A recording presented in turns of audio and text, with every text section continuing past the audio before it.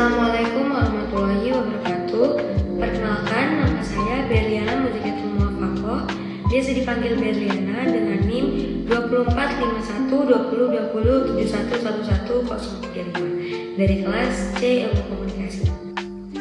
Pada dasarnya, kajian ilmu komunikasi ini sendiri sangat berkaitan erat dengan prinsip-prinsip kebenaran dan fakta dalam menguji berbagai opini yang dibangun dan disebarkan di dalam masyarakat.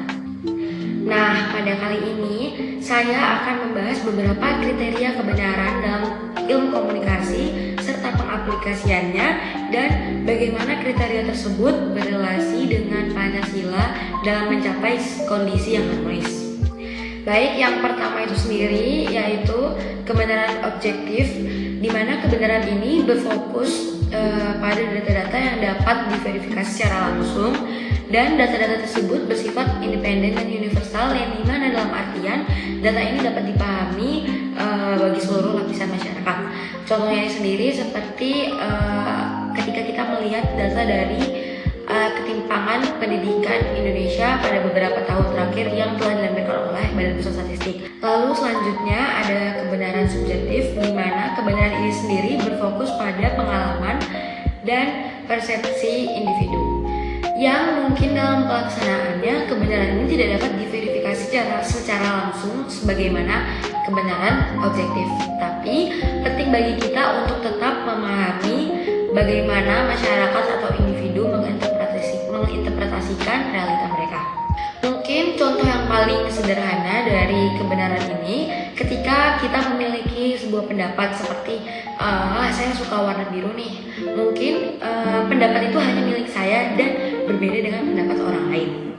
Lalu yang ketiga ini sendiri ada kebenaran normatif, di mana kebenaran ini mengacu pada nilai, etika, dan norma yang telah dianut oleh suatu komunitas atau masyarakat. Contohnya ini sendiri peraturan bagi mahasiswa UB untuk tidak menggunakan rokok konvensional atau rokok elektronik ketika berada di wilayah kampus. Lalu yang terakhir ada kebenaran pragmatis, di mana kebenaran ini sendiri berfokus pada konsekuensi praktis dari suatu pernyataan. Nah, suatu pernyataan atau ide dianggap benar apabila pernyataan tersebut terbukti berdampak dalam mencapai tujuan maupun menyelesaikan suatu masalah. Dalam kebenaran kali ini, contoh yang dapat kita ambil yaitu ketika Indonesia mulai melakukan adanya program vaksinasi. Vaksinasi ini sendiri dianggap suatu ide yang benar apabila dapat meningkatkan angka kesehatan dan mengurangi jumlah penyakit di Indonesia. Mengacu pada buku pengantar lengkap ilmu komunikasi yang telah ditulis oleh Profesor Ahmad Heriantono, kriteria kebenaran ini sendiri juga dibagi menjadi 4 bagian. Yang pertama yaitu kebenaran korespondensi. Kebenaran korespondensi ini sendiri berfokus pada suatu pernyataan atau pernyataan yang memang benar adanya di dunia. Contohnya, hari ini Jakarta telah diguyur hujan. Lalu yang kedua ada teori kebenaran koherensi, di mana teori ini sendiri berpendapat bahwa kebenaran suatu pernyataan itu ditentukan oleh konsistensinya pernyataan lain yang sudah diterima sebagai benar. Contohnya ini sendiri, semua manusia pasti akan mati. Ahmad adalah manusia, jadi Ahmad akan mati.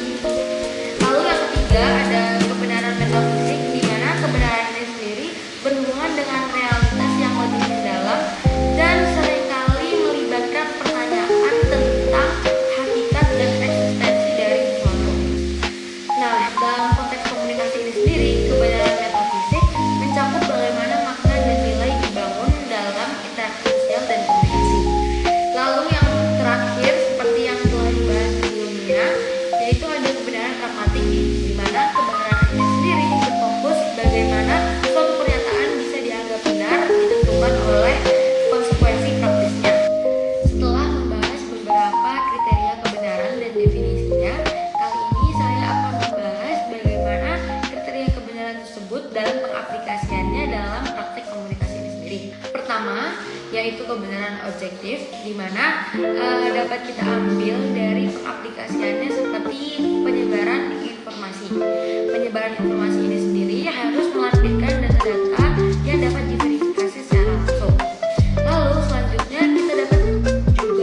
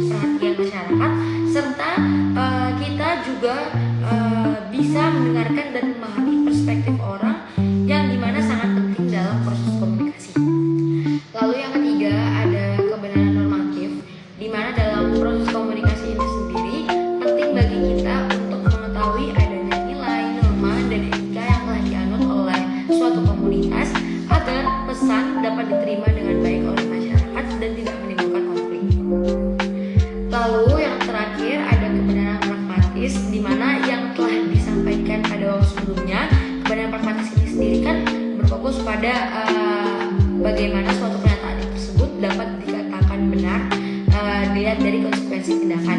Nah, dalam mengaplikasikannya sendiri, kita dapat mengevaluasi efektivitas pesan yang telah diterima oleh masyarakat.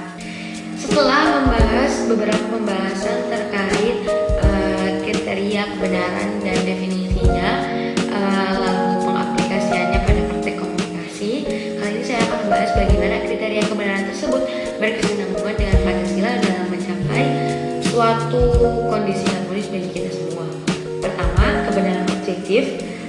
Konsep ini sendiri mengacu pada beberapa fakta yang dapat diverifikasi secara langsung.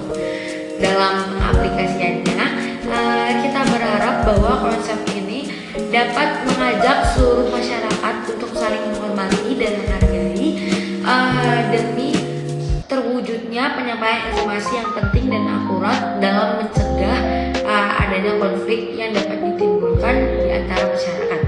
Lalu yang kedua yaitu kebenaran subjektif, di mana pada kebenaran subjektif ini sendiri kan mengacu pada pengalaman dan pandangan individu. Sedangkan nilai kemanusiaan ini sendiri mengajak kita untuk memahami perasaan dan pengalaman orang lain. Menghargai kebenaran subjektif orang lain adalah kunci untuk menciptakan dialog yang saling menghormati. Lalu ketiga, ada kebenaran normatif, di mana kebenaran normatif ini sendiri sangat terkait dengan nilai persatuan Pancasila yang dimana menegaskan pentingnya menjunjung tinggi kesatuan dan persatuan dalam berkomunikasi dengan menghormati norma dan nilai sosial yang berlaku. Lalu yang terakhir ada kebenaran pragmatis, di mana kebenaran pragmatis ini sendiri berfokus pada hasil dan dampak dari suatu pernyataan, di mana prinsip ini juga berkaitan erat dengan sila keempat dan kelima, yang dimana pada sila keempat ini sendiri mengajak kita untuk mempertimbangkan kepentingan dan kesejahteraan bersama. Komunikasi yang baik harus berorientasi pada hasil yang membawa manfaat dan kebaikan bagi masyarakat. Lalu adapun kaitannya dengan sila kelima ini sendiri, kebenaran pragmatis berfokus pada hasil dan dampak dari suatu komunikasi yang dimana mengajak kita untuk memastikan bahwa setiap informasi dan komunikasi yang disampaikan mengedepankan keadilan dan kesejahteraan bagi masyarakat. Sekian dari pembahasan saya pada kali ini, kurang lebihnya mohon maaf. Wassalamualaikum warahmatullahi wabarakatuh.